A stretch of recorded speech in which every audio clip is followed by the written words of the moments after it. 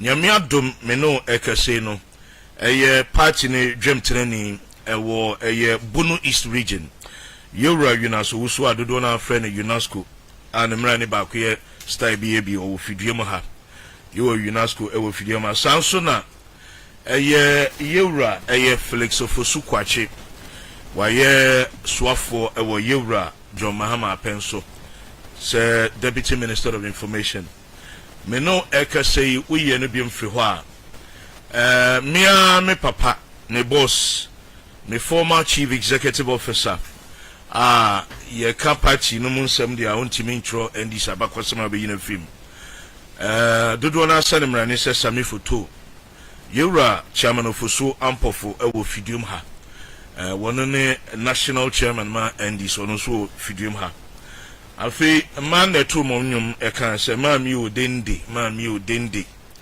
awon asem ne se na dodo na nim se maami baabi de me no ka se maami professor Nana Genopoko Ajima wo fidium ha wono na 2020 no ye abediche ema ye papa Yura John Dramani Mahama wono so ewo fidium ha mpenyufo ndi omodoso na mripa no meda bebe so edi Mampenyini His Excellency John Dramani Mahama etimenim ewo ha akwaba yene abono fuso to se what's it to say oh yeah and I can't say just say oh madam antro nyamena dum ti oye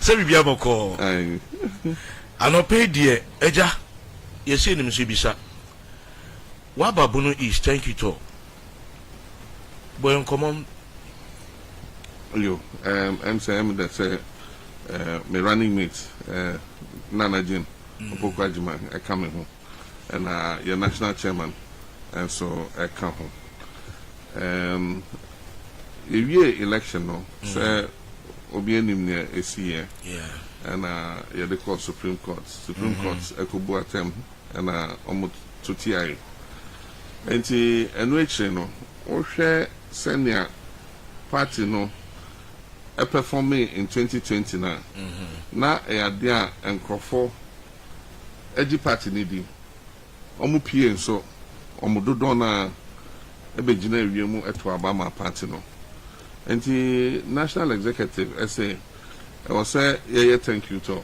enti di kan ema parliamentarians no na omu call round ekochia obia baby I winning you baby I am winning you losing candidates so me na omu call round ekodase se nipa aya de ama ono ade chen o se okochia no enti MPs na wi omo de na national se ne e wo se yeso ye nante Ghana fo nyina so na yenda omo ase se ne omo ye mai no ye ni so because o hwe senior ye performance no esi course ro na e wo mu se Ghana fo GAD anka na omo pese omodi to me no share san o hwe Bono East ha ye vote ayenyaye no ebi beka ho to the tune of 44,000 you can see your vote from 182,000 to 242,000 and o hwe votes beka ho Bono East ha na just a presidential election no ye na winning o hwe parliamentary so ye na winning enti Massimo my contact for send back now better what say you didn't disappoint me na ne wose akonta eyema national eno anamu ye but the opponent who is almost utono kra ho here secondly as a year campaign citing Ghanaians against their government so man mo ye den ni ade na some of the what else do you expect from Becca? Because thank you to why idea cause David Brown say he said call Danny pass and so I know the near asem. It is our party we are working with. National executive say only running mate, sorry, Namokoda Ghana Kwasi. And yeah, MPP never catch say yenye anasi yenye. And yet him say adia you know, memory coin so no. Adia you know, it shows gratitude. Yewra Jesus mpona kan makasa asemi say osa akwatafo eduno bakope eneda ebeda ase no bisa say onkro na aka no ehi nature say or expect say ombeba beda ase. So Thanksgiving is an important part of religion. I see. Not even to talk about our daily lives. I see. Enti na se na kede ban. Yeah, but about 2020. War as in person, or no running mate or party general. More far how more COVID buyer, what can be or party, national chairman, Munina can be said they be, Emma Doma Munina can be said, common train, am I yet to my young Pia, your bro and crofo, you could be no more techima. Here is one example. Me did say when him semema or 200 more crab by Emma. Party folk say ya dear no party folk mo na ni see ye I will be a when him sem in the area. It was an open secret, you know. How do you feel to say? Oh yeah, and yeah, they are normal because we share if in 1992 Ghana had ya to about to obi apia no akugina line no atunaba ye kan assembly ni ho. And so say emre aye wo mu no sa all die be die mantra no eno na ye adwuma na first no me kai say sebasa yo bi beba ye macho fo ya ye bro ye ho na police achi omu ne akolock omu ye to aba ni wiane ye yi omu enti na nya de a ebe say nipa hwe na nkwa na se bibisa. And so under this current president, you know, why elections, you know, like life and death for him. And yeah, much of phone or the Delta forces, invisible forces, main security service. Because I tell you, police near na soldier near. No, I can say we empower your police near na or share earring. Poor body say, "Kesi." You know, now share no ma okuta na. You can't tell whether it is really a police officer, what they say, or a soldier. But in himself, or more infiltrated security services, with some of their people. And see what teaching man ha. You in a video no, you'll be after video maybe. They were moto a tunnel into the crowd. It was intended to kill people.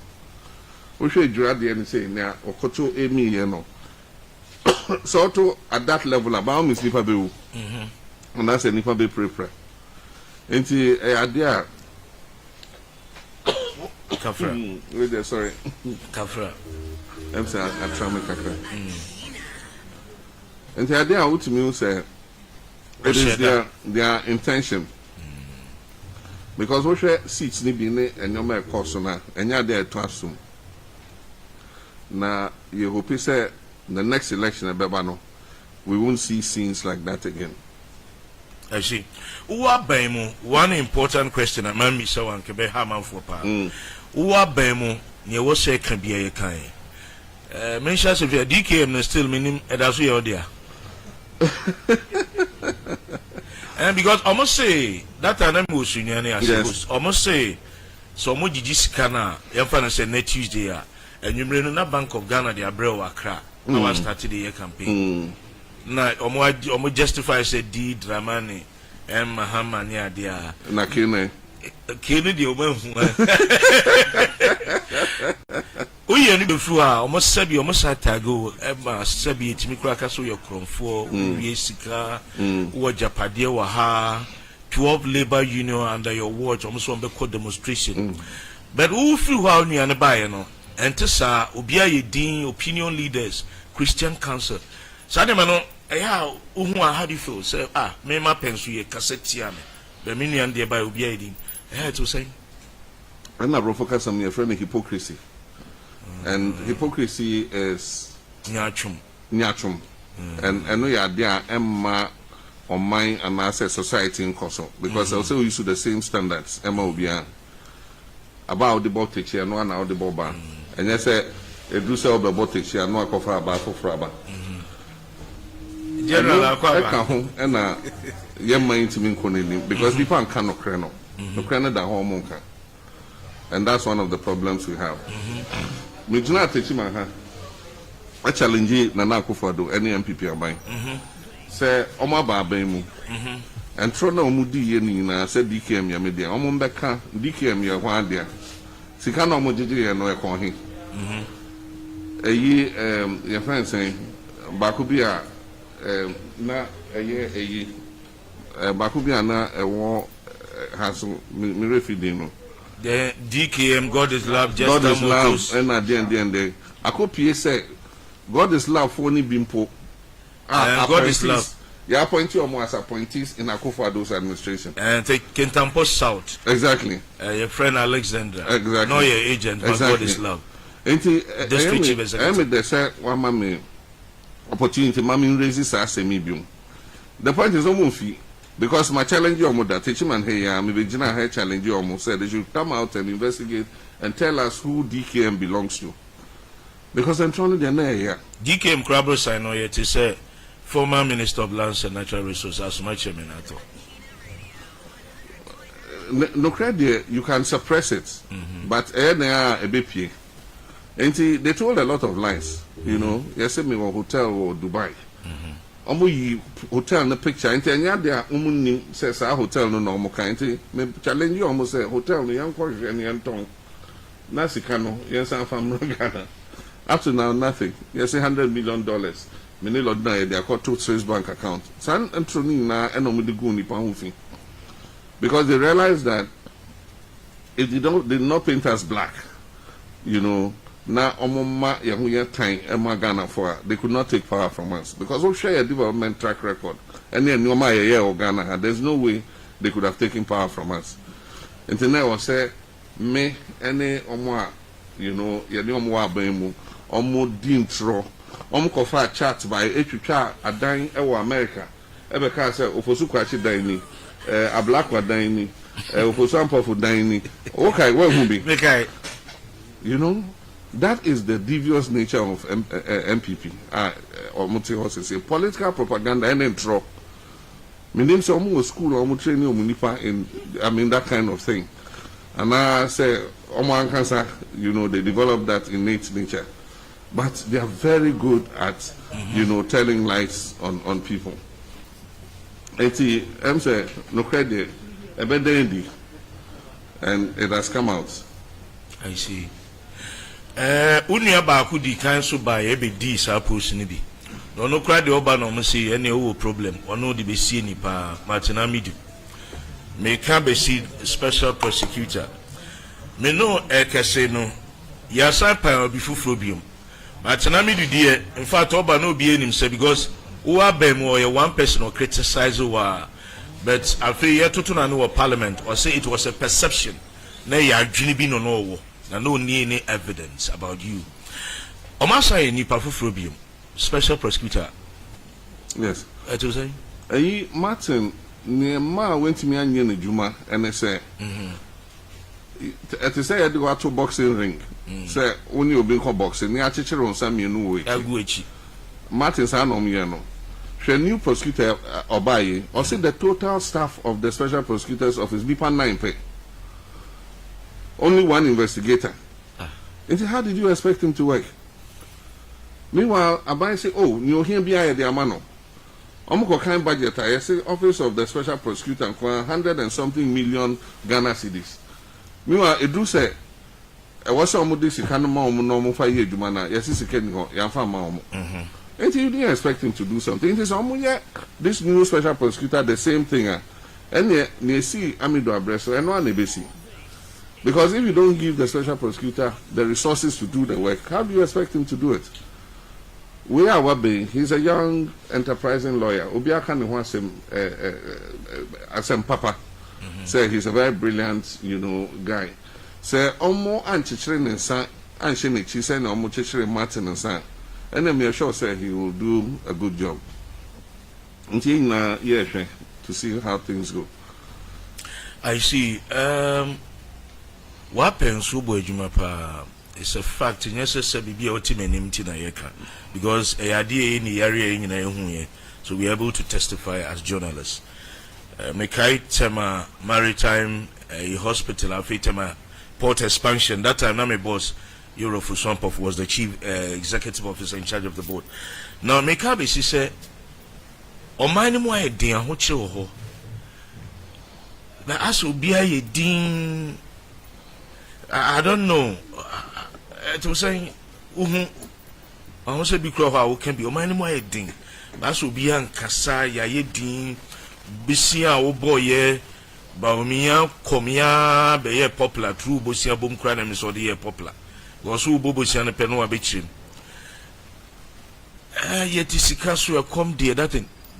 The masses are suffering. And koi dear now beka. Yen yanum ese o mine nye den.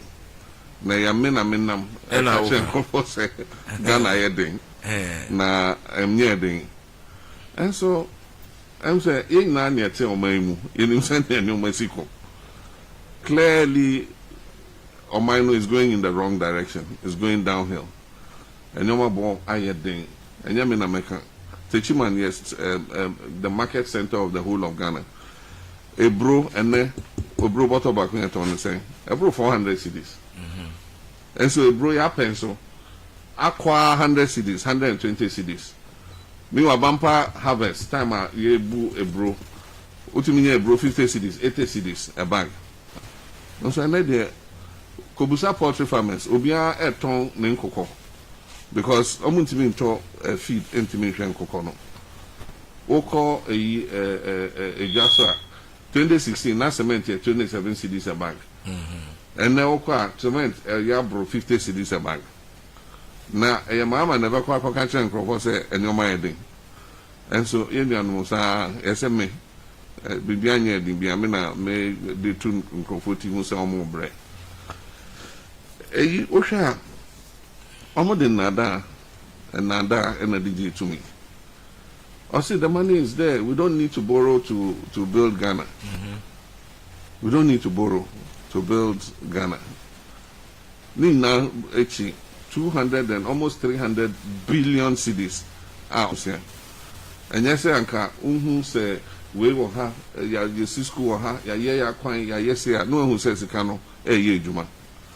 And so the last 5 years, you just can't do consumption and your friend of consumption. Projects no more abandoned. How do you feel? Oh, I feel the way you feel because you can't hear my idea. So can't know any nana jin bottom ye and answer me bottom. It's taxpayers' money.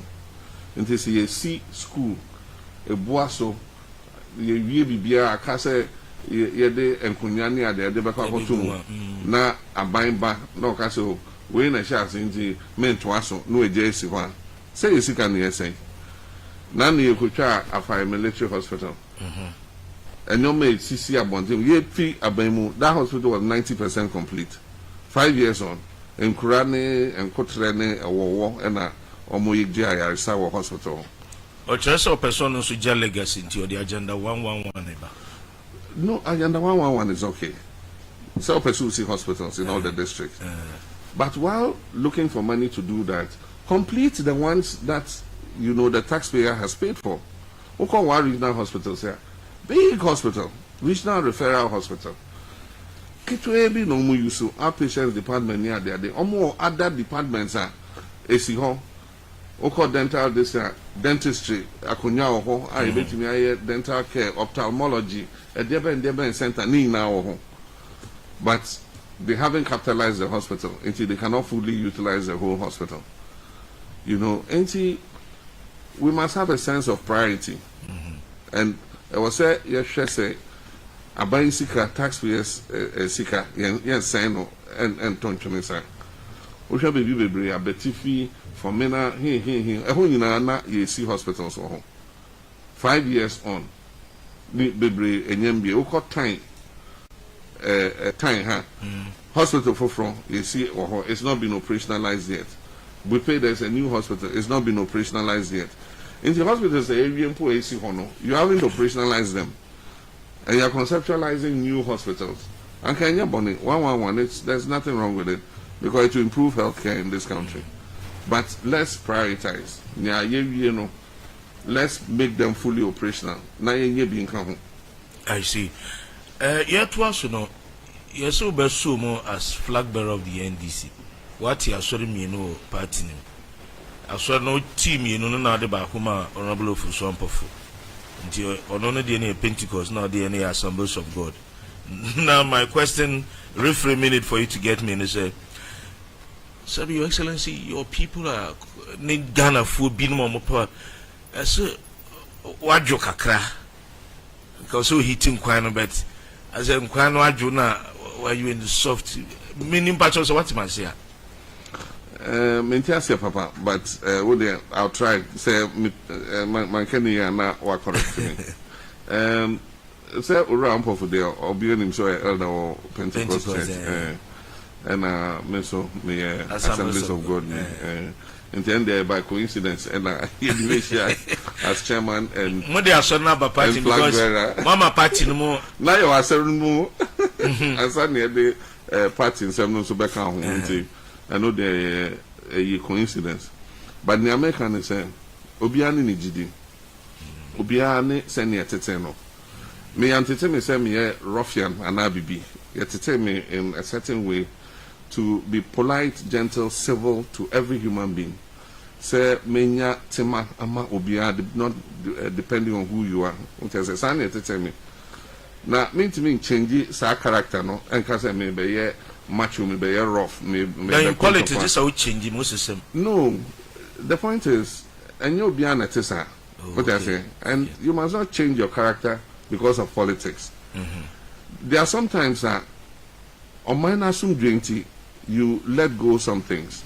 What I say, and yes anka we can say mempene meso mempene nipa nebewu because people will come out, they'll kill them, they'll shoot them. What I say.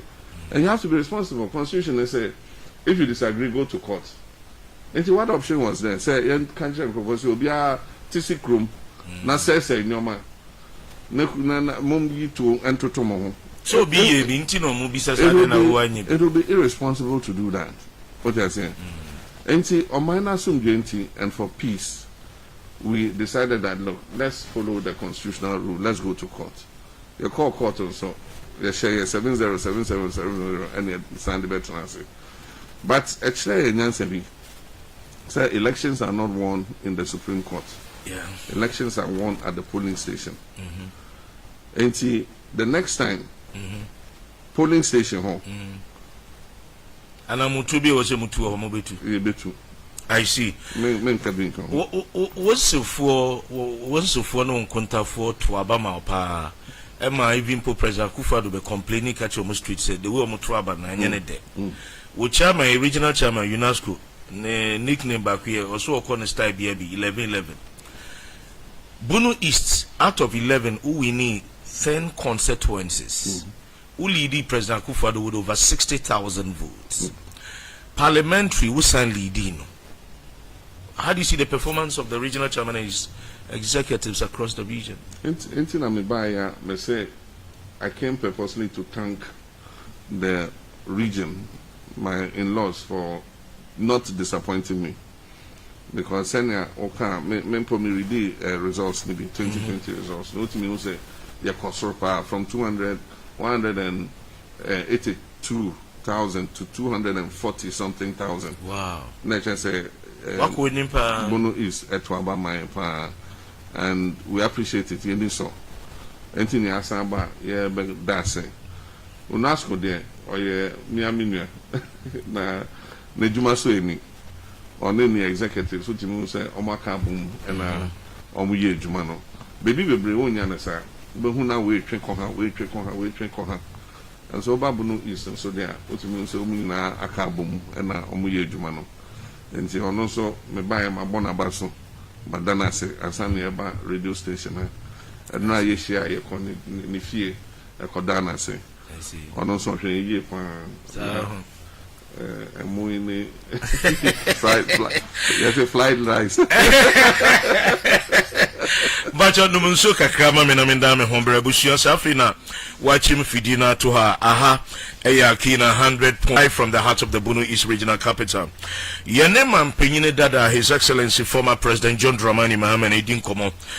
Ma mi udindi ewe fidima ha Professor Nana Jinopukwadjima wo fidium ha general ba ko pe yewra shedin ketia enso e wo fidium ha sanso na yewra chairman of so ampofo enso e wo fidium ha sanso na yewra UNESCO enso e wo fidium ha Babs a deputy communication officer Bono East wo fidium ha yewra Felix Ofosu okwache enso e wo fidium ha Fia de make say MPP NDC kuku dem nyina ewo fidium ha na ye ne former president John Dramani Mahama ene din komo efa ne thank you to a ode ahihye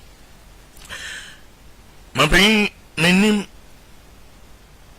before I make my next question let me say no man fan shim na ohwe ne si wo techima for say o man nya justice the way o mo sipe no chasam no hunu say New Dikai, your party, I take a position on that matter. And like I say, and for far, if you no. A been nominated a party for almost about hockey, teaching man for HSA, or Martis BBC. Back home, about bracket to be with the 18 years, I say, and now Ombunya Abijina home. And take two no toy, and I can't sign it from me and say, Omu, and no more preference or Omodoso. Because I say a call Winchi Hospital, a coachia or more prepare. Now, Yaka say justice must not only be done but be seen to be done. I was say almost to Saturn, get your muscle. And yes, actually be on babium. Because normally when you're friend impunity, and to teach him and see ya, young Honshino, and no call far a dradian so by. Now say Cosso Sana, yan train the pass one, and only says, Basa, you'll be ba. We share and run more security and rano. There were rules of engagement. We shall say, next say, na Odinsu, na wapete, now I say, why you say, Selina, and to me and Yejuma, and send your first soldier forever. Also, we shall draw a say, Abra, Asrafon Bano, security forces never, not soldier for the winning. And because the police were winning, not soldier for waiting.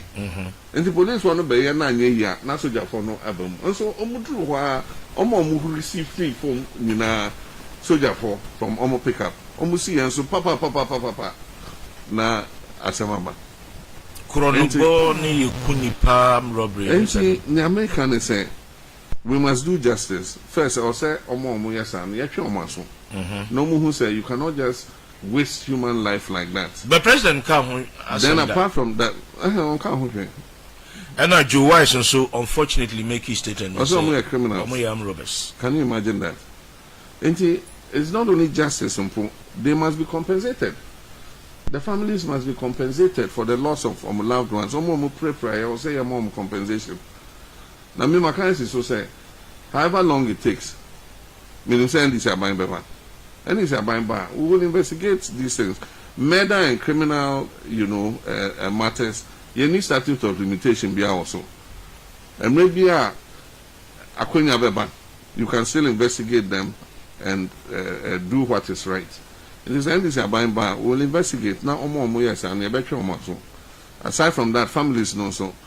Say you be dear by more will compensate them. Those who were killed, families never compensate you. Now, prepare and will compensate them, for the actions that were taken by abiding security for. Now, apart from that, general insecurity. I'm say security now assign it because me call upper east, upper west. Who obi a me share bia ahemfo obi a almost say.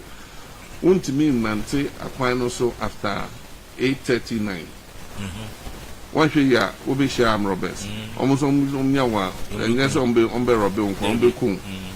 And see, Ama time and near Nam Sa Miamiano. And I do Yanam Quansa, young one in Shaka can't cock because there's an unspoken curfew because of armed robbers. And me abang adwene ekoso say they should do whatever possible.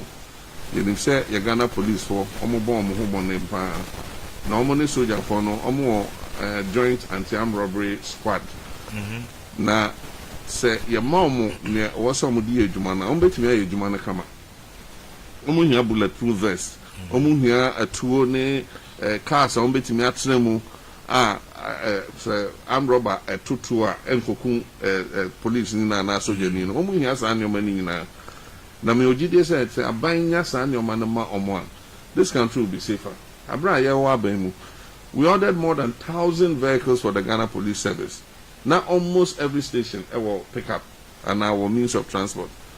And next BBC now free or local station almost unique a car say this is a police one no for taxi a back crime scene home on be do one na CAC and the say buying a mom and fidie ne anyoma e wo some di adwuma me sure say Ghana Police ni Ghana Army de ombe endodo.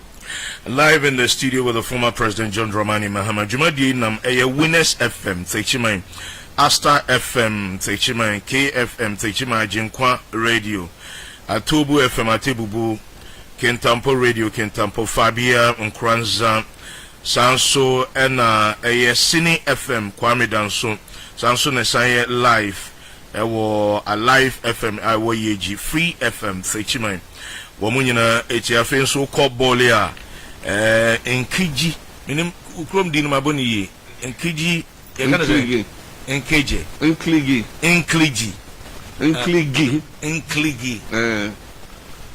shibalo ngashi kati ya dagbanle enkligi FM also bole for it bole for it obi eti o live ya microphone nyina dia na be catch up me ba se me be chia me be da bunu is for ase nti ne dikan bunu is for nyina me da akwenye edam nyina ase me nim say ye won hyemu kakra bi ewia e wo bamre nye obi an betimi aba ho nti me fa Akina Radio 100.9 so ene omo connected bunu is nyina sa radio station si ene me bole for mo nka bunu is so mo so me da mo ase be odo amo kire me enti me da no kra okono no ye asemba ku bi no so hia pa no kra me last question nipa odi hwambo kese a wono party for bonus boy Jean Mensa obi beka say Ghana for ko election na Jean Mensa so ye ni selection mami ono no da so ti ho menim se ko ba so 2024 no bioma wa dwene mo dia na beka what do you make of say you know considering your fair acts of omission and commission. Sometimes what the acts of commission and omission and commission etimi edidi boni. You see, and you may be in the run up to election no. Now utimi who say favor one political party.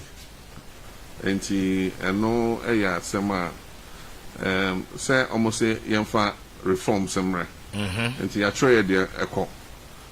Yeah, they call you see and fan come IPAC. Yeah.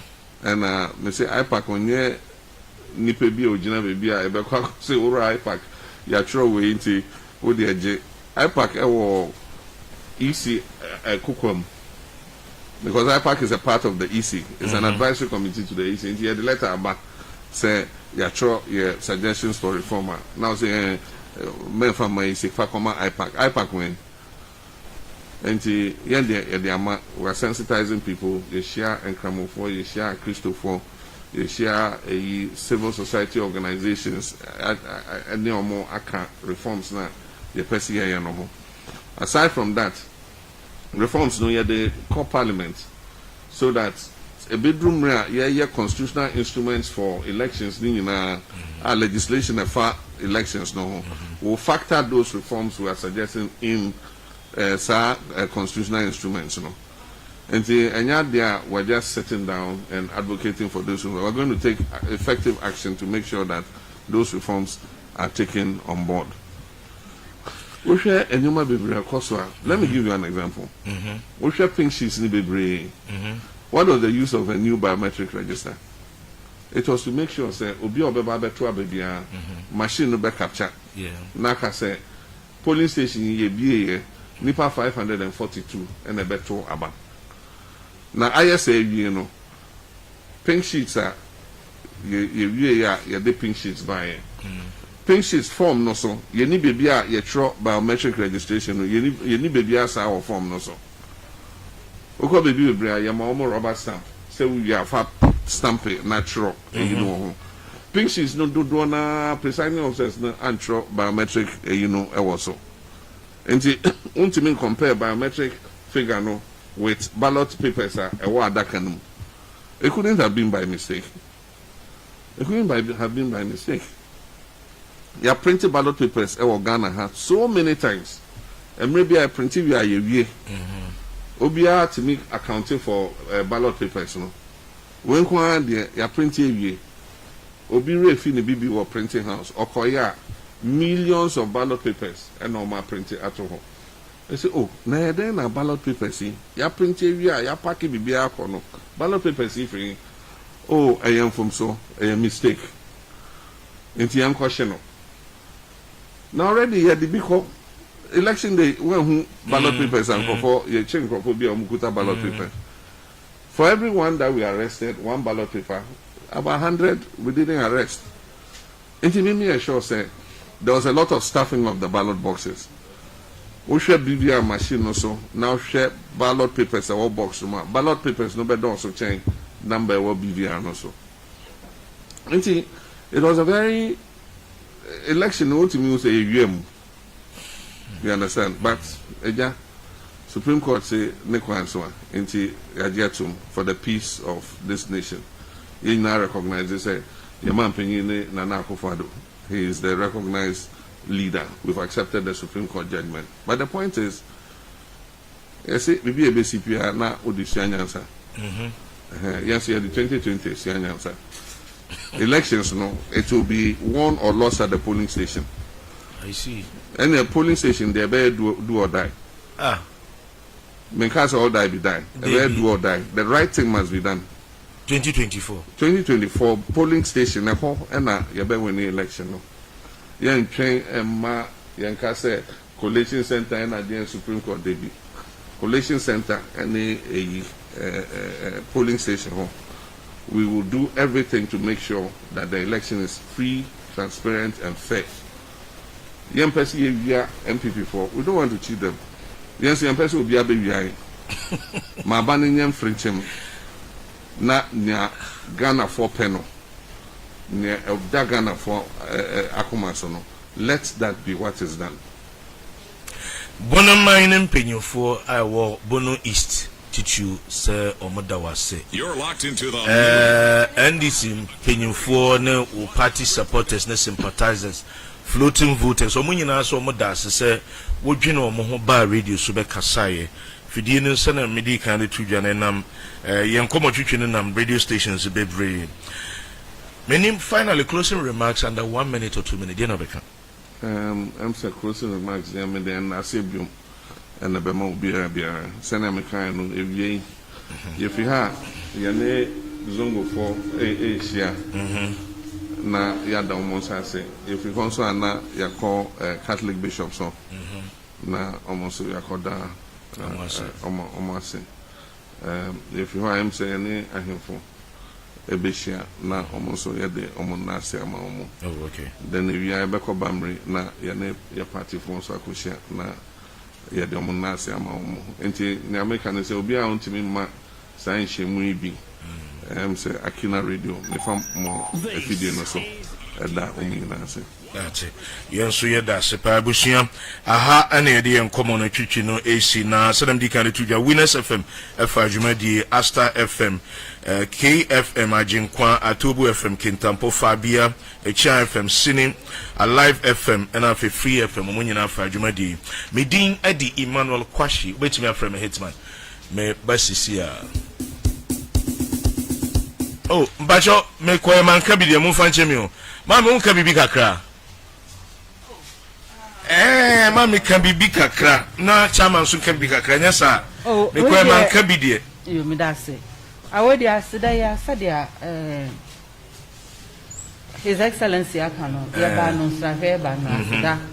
Yenim samo ya de bonu isi de. Moto ni ye emaye. Moti yenim edamase. Efa chairman so ko constituency. Obiara biara. Obiara ye na famu de supporters. Nentitro member no medal maseke sinara wonim so no motire house to house na ade nti meda women organizer ene ne mma no nyinaa meda mu nyinaa ase sese ye nyinaa ye hunsunsun ye adamu no adadi obi ehu nti meji medi se ye kwaye nim no saa ne ebeto no kra ma bia beboro so echen sadia enka no na ete nti ye da mase bebre nyame nshiro bia asida amate mama nko me chief executive officer obin yo na me kase maya kwara bone fa cheme me answer na maya kwara bone ache osa President Mahama Kanya o see kan na nti a party na ba ha no na say be show appreciation na ada omanfo a obono is ase ewo adwumaso no mo yeye ene to mo to abapa edema eye NDC amanyoko no nti abase e ba appreciate you na ya show mo nkran say achia emu ye ohwe no esia bebu nyina nti se na udi kan ekan ye no ye wogide ni awrehwem se ne nyame be bia eye nyame apede na ye efi se enam ne kwan so ye num se 2024 yankopon ahyehye se ye mefa ma we na ye magana infra ne ntoma papa nti na ye besre ye party for ye da o masen nyina na yasa de ato so se mom ye mfa enka bom emfa ntenase na ye nya adwumaden especially tachima ha ne ekoso ne ye court asem na ye nyina nka mom na ye mfa yesunsum ne ye mpa bonta achi ye ntimi nye tachima akonwa yi ye de enimu se NDC wini sa akonwa yi ense se ye makwan ma obi agi free yensam na ye san agi ka ho na potoka se mo ye icing on the cake na ye hu se ye 11 constituencies na e wo ha no no NDC atimi afamu enkron e kire se presidential de afamu edu na atimi afa enkron na atimi amadwuma pa the chairman regional chairman ne constituency ene omoye nyina branches na amom asida nti ye bedo mo nyina ase na mom ye nya gidie e wo ye daachi mu se NDC will be there. NDC will win 2024 and NDC will bring the smiles back on the faces of our people once again. Mpacho administrator unkasayo general what's we dey maintain the administrator no yo meso mefa kwanya iso na mada menu anuma omo Bono East ha na mpanimfo a abeka me ho aye beda ase so meda wo nyina ase efise ohwe a me na wo bebo ame na madam kromfo ase nti me da mu nyina ase se de ye kromfo na ye na aso ani na party nu nyina tu ne nan se ye ba ya beka e ho ne ada wo ase no party for so mesremo entawa e wo mu ntem ne ade me ne mo ahia mama ka kire mo se ye nyai abawo ho asem enkoka krasem ene bohobium enunti no ye nhwe ye case ye da ya ni so wo court no ye wi a ye besiesie fie na ya nhwe ye ne ye de ntawa baye ne ye ntemu a eno kra betimi akofect case a ewo court no nti e besere mo wa obi atia wo na so wo de no munsuo na twen ope na de tie bia no ye di asem no wi a ye ba behwehwe ye party no mu a de waye boni wo mu ye betenetene no